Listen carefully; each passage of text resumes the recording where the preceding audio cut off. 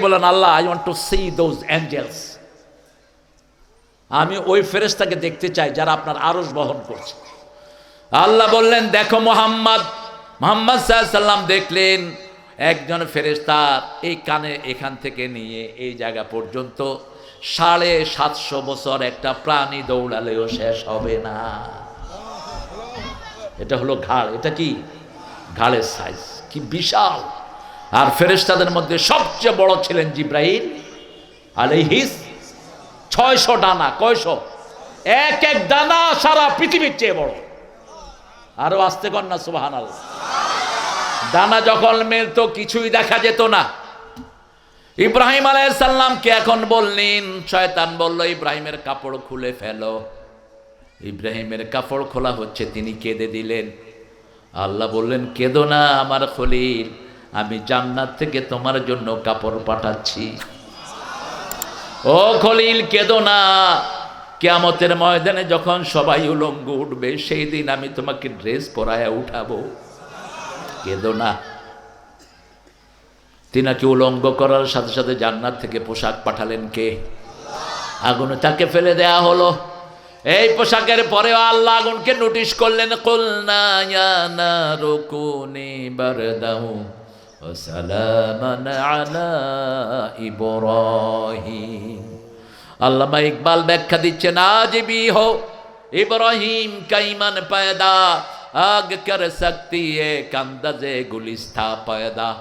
কবি ফররুখ বাংলা করছেন, আজও যদি হয় ইব্রাহিমের ঈমান বিদ্যমান, আগুন হয়ে যাবে সুন্দর এক ফুলের বাগান। সেই ড্রেস ইব্রাহিম দিলেন ইসহাককে, ইসহাক দিলেন ইয়াকুবকে, ইয়াকুব দিলেন ইউসুফকে। সেই ড্রেস পরে কূপে পড়ার কারণে ইউসুফের গায়ে কোনো ব্যথা লাগে নাই। সেই ড্রেসটা এখনো খোঁজ করছে বনি ইসরাইল, কিন্তু সেই ড্রেসটা পাবে সাইয়েদনা ঈসা আলাইহিস সালাম। সারাকে নিয়ে রওনা হলেন।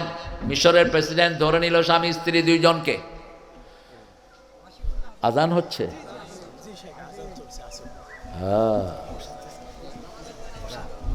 নামাজের পরে আর হবি না। আমি অনেক সকালে এসেছি আল্লামা সাইদির মতো, আমি সকালে আসা মানুষ। আল্লামা সাইদি কোনো মাহফিলে 2-3 ঘন্টা আগে চলে যেতেন। এখন আমাদের হুজুরা তো বেশি ব্যস্ত, মানুষ বসে থাকে হুজুরের খবর না। হুজুর আসতেছে আসতেছে, হুজুর আসছে আসতেছে, হুজুর তোর হুজুরের খেতা পুড়ি তোর। মানুষকে টেনশনে রাখবা না, তাহলে তোমাকে টেনশন মুক্ত করবেন কে? আল্লাহ। সাইদি চাচার সাথে আমি বহু মাহফিলে আল্লাহ আমাকে নিয়েছেন। বলতাম চাচা এত আগে আসেন কেন? বলছে বাবা একটা মাহফিল করা যে কত কষ্ট, আগে গেলে কমিটিটা প্রশান্ত থাকে, কমিটিটা প্রশান্ত থাকে। আপনারা আজানের উত্তর দেন, জান্নাতের দ্বার খোলা হবে, রাসূলের সুপারিশ আপনাদের নসিব হবে। আল্লাহু আকবার, আল্লাহু আকবার, আশহাদু আন লা ইলাহা ইল্লাল্লাহ। কই আজান তো শোনা যাচ্ছে না।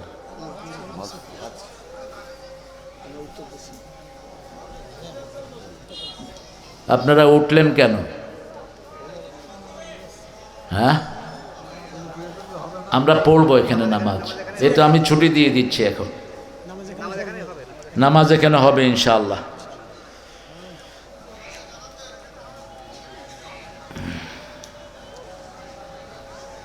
আয়াত একটা হলো কোন রকম।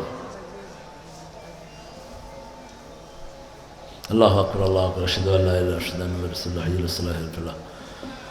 আল্লাহু আকবার, আল্লাহু আকবার, লা ইলাহা ইল্লাল্লাহ, সাল্লাল্লাহু আলাইহি ওয়াসাল্লাম আলা নবিয়িনা মুহাম্মদ ওয়া আলা আলিহি ওয়াসাল্লাম ওয়া বারাকাতুহু তাম্মা সালাতুল কিয়ামাত। প্রত্যেক জুমায় একটা দোয়া আপনারা শুনেন, একটা আয়াত, ইন্নাল্লাহা ইয়া'মুরু বিল আদলি ওয়া ইতাই যিল কুরবা ওয়া ইয়ানহা আনিল ফাহশাই ওয়াল মুনকারি ওয়াল বাগি ইয়া'যুকুম লাআল্লাকুম তাযাক্কারুন। ফাহশার কাছে যাব না। যেই পিতামাতারা কো এডুকেশনে বাচ্চাকে দিয়েছেন ফাহশাতে ঠেলে দিয়েছেন, যেই পিতামাতারা কো এডুকেশন দিয়েছেন তারা ফাহশার রাস্তা খুলেছেন। আপনারা আপনাদের বাচ্চাদেরকে বাঁচান, আপনাদের পরিবারকে বাঁচান। আপনার বিবিকে আপনি চাকরির জন্য বিদেশে পাঠিয়েছেন, আপনি ফাহশার রাস্তা খুলেছেন। আপনার বিবিকে আপনি বিভিন্ন জায়গায় কাজে লাগাচ্ছেন, ওই জায়গায় পর্দার কোনো ব্যবস্থা নেই, আপনি ফাহশার রাস্তা খুলেছেন। আর যে স্বামী জানে না তার বিবির কাছে কে আসে, তার যুবতী মেয়ে কোথায় যায়, কোথায় কি করে, ওই বাপ হলো দায়ুস। দায়ুস জান্নাতের গন্ধ পাবে না। আমরা আল্লাহর কাছে পানা চাই আমাদের সমস্ত পরিবার যেন নোংরামি থেকে বাঁচতে পারে। বলো না আমিন, আরো জোরে বলো না আমিন। একটু পড়েন সুবহানাকা আল্লাহুম্মা ওয়া বিহামদিক আশহাদু আল্লা ইলাহা ইল্লা আনতা আস্তাগফিরুকা ওয়া আতুবু ইলাইক। মা সারার যে ঘটনা আমি উল্লেখ করলাম, এটা যদি আপনারা আসেন, আপনারা উঠে গেলেন, এই জন্য আর বলছিলাম। 7 ভাগে কোরবানি দিলে 7 বার দেওয়ার পরে কি কোরবানির সওয়াব পাওয়া যাবে? যাবে। 2টা হাদিসে বর্ণনা আছে। কোরবানি তো একটা ওয়াজিব, ওয়াজিবের কাছাকাছি সুন্নতে মুআক্কাদা, যাদের তৌফিক আছে তারা দিবেন। আমরা 2 বোন, আমার মা আমাদের রেখে 2 বছর বাবার বাড়ি চলে গেছে। সে আমার বাবাকে ডিভোর্স দিয়েছে, কিন্তু আমার বাবা তাকে ডিভোর্স দিবেন না। ডিভোর্স পেপার বাইরের কারোর স্বাক্ষর নেই, শুধু তার পরিবার থেকে তার মা, বড় ভাই এবং মেজো ভাই স্বাক্ষর করেছেন, কিন্তু আমার বাবা সেই পেপারে স্বাক্ষর করে নাই। তাহলে কি ডিভোর্স হয়েছে না হয়নি? আপনি যদি একটু করে বলতেন, আপনারা কি মনে করেন? এটা শরীয়তের হুকুম নির্ধারিত করবে একদল বিচারক বসে। কি কারণে মেয়ে ডিভোর্স চাচ্ছে? যদি সে নপুংস হয়, যদি সে স্ত্রীকে মারে, স্ত্রী তালাক নিতে পারে, যেটাকে খোলা বলা হয়। কি বলা হয়? খোলা। খোলা 4 মাস, তারাব্বাসু আরবাআতা আশহুর, সূরা বাকারার 226 নাম্বার। 4 মাস অপশন থাকে। 4 মাসের ভিতরে বিবি ব্যাকও করতে পারে, আবার চূড়ান্ত ফয়সালাও হয়ে যেতে পারে। তো এটা দেখতে হবে কি অবস্থায় তাদের দুইজনে আছে। এগুলো আন্দাজে মাস্তা দেওয়া মুশকিল। তবে স্বামী স্ত্রী যদি দুইজনই সম্মত না হয়, তাহলে তো তালাক হবে না। আর মেয়ে যদি স্বামীর কোনো দোষের কারণে তালাক দেয়, এটা জজ ফয়সালা করবে, কোর্ট ফয়সালা দিবে যে হ্যাঁ সে নপুংস, সে হিজড়া, সে বিবির সামর্থ্য নয়, অথবা বিবিকে মারে। যেমন রাসূলের কাছে একটা বিচার আসলো, একজন মহিলা এসে বলছেন, ইয়া রাসূলুল্লাহ, আমার স্বামী আমাকে খুব মারে। রাসূল বলছেন, তুমি কোথাও থাকো, সকালবেলায় শুনবো। সকালে শুনে ওই বিবি যখন রাসূল যখন জিজ্ঞেস করলেন মহিলাকে, তুমি কেমন ছিলে? বলছে, হুজুর, বিয়ের পরে গত রাতটাই আমি সবচেয়ে ভালো ছিলাম। রাসূল আর কিছু জিজ্ঞেস করলেন না। ওই স্বামীর কাছে লোক পাঠালেন যে তোমার বউ তালাক হয়ে গেছে, বউর সমস্ত মোহরানা তুমি দিয়ে যাও। মোহরানা যদি স্বামী স্ত্রী হিসাবে ব্যবহার না করে অর্ধেক দিতে হবে ফরজ হিসাবে। সূরা বাকারার 237 নম্বর আয়াত মনে রাখেন, 237, কাত ফারাতুম লাহুন্না ফারিদা, ফরজ হিসাবে তার মোহরানা আদায় করে দাও। আর সূরা নিসার 4 নম্বর আয়াতে ওয়াতুন নিসা সাদুকাতিহিন্না নেহলা, সন্তুষ্ট চিত্তে বিবিদেরকে মোহরানা আদায় করে দাও। আমার প্রিয় ভাইয়েরা, মা সারার কথা উল্টালাম এই জন্য, তিনি নিজে ফাহিশা থেকে বাঁচতেন। কোনো মেয়ে যদি ফাহিশা থেকে বাঁচতে চায়, তাকে সাহায্য করেন কে? কে সাহায্য করেন? যখন মিশরের প্রেসিডেন্ট তার দিকে হাত বাড়ালো, ইব্রাহিম আলাইহিস সালামকে জিজ্ঞেস করলেন তিনি কে? বলছে আমার বোন। আমার কি? বোন। আসলে কি? বউ। কিন্তু বউকে বোন বলা জায়েজ আছে, কিন্তু তিনি এটাকে ভালো চোখে নিলেন না। তিনি এটার জন্য আল্লাহর কাছে অপরাধের হিসাবে আল্লাহর কাছে তিনি মাযরাত পেশ করবেন। আল্লাহ, 3টা অসংলগ্ন কথা আমি বলেছি, 3টার একটাও কিন্তু অসংলগ্ন না, এটা বাস্তব ছিল। কিন্তু নবীদের জন্য নবী নিজে ধারণা করতেন এটা ঠিক হয়নি। তিনি বললেন আমার বোন, কারণ বোন না বললে যদি হাজবেন্ড পরিচয় দেয় মেরে ফেলে ওই প্রেসিডেন্ট, এটা তিনি জেনেছেন। এখন সারার দিকে যখন হাত বাড়লেন, সারা আল্লাহর কাছে আশ্রয় চাইলেন, তার হাত অবশ করে দিলেন কে? দ্বিতীয়বার আবার হাত বাড়লেন, বলল আর করব না সারা, আর করব না। দ্বিতীয়বার যখন হাত বাড়লেন, দ্বিতীয়বারও তার হাত অবশ করে দিলেন কে? তৃতীয়বার আবার। কারণ শয়তানদের লাজ লজ্জা থাকে না, শয়তানরা বারবার চুরি করে, বারবার জিনা করে। বিগত সরকারের এক ছেলে জাহাঙ্গীরনগরের 100টা মেয়েকে নষ্ট করে জিনার সেঞ্চুরি করেছে, ঠিক কিনা?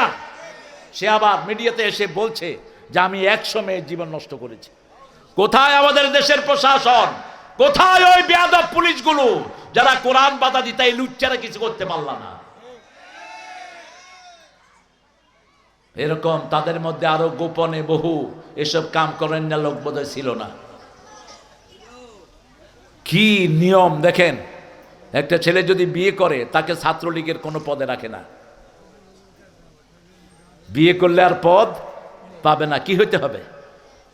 উনি বয়স 30 হোক কিন্তু যুবক হইতে হবে। এখন তো বাংলাদেশে শিশুর বয়স হলো 18, পোস্টার করছে 18 বছর পর্যন্ত শিশু, মানে উনি হলেন এখন কিশোর। আর আমি শিশুর থেকে একটু উপরে উঠছি, তুমি শিশু। ছেলেকে মারতে গেছে টিচার, বয়স 18, কয় আমারে মারবেন, শিশু মামলা করে দেব, আমি এখনো শিশু। কি ভেজাল বাজাইছেন আপনারা। আপনি যদি আপনার চরিত্রকে সুন্দর রাখেন, মায়েরা 4টা জিনিস করবেন, জান্নাতের 8টা দরজা আল্লাহ আগেই খুলে দিবেন। আজান হবে, কি করবেন? কি করবেন? নামাজে দাঁড়ানো, হাব্বুল আমাল ইলাল্লাহ সালাত আলা ওয়াক্তিহা। রাসূলকে বলা হলো সবচেয়ে ভালো কাজ কি? ওয়াক্ত মতো নামাজ, তারপরে কি?